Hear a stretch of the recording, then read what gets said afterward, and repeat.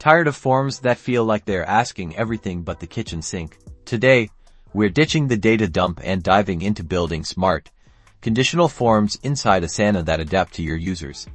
I'm going to show you how to create Asana forms that only ask relevant questions, saving time and boosting your response rates. Start by heading to your desired Asana project, then click on the Customize button, usually located in the upper right-hand corner of your screen.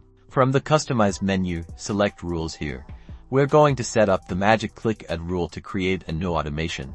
Ignore the templates for now, and we're going to create a new rule, so click Custom Rule at the bottom of the list. The first step is to select what will trigger the rule. Select form is submitted.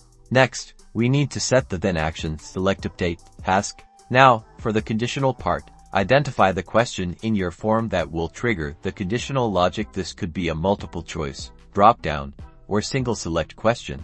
Now choose a field to update. For instance, based on the selection in the previous multiple choice, you could update the assignee or due date fields. Define the conditions for each option in your trigger question. Specify what should happen to the task if the response matches a value, then a certain assignee will be assigned.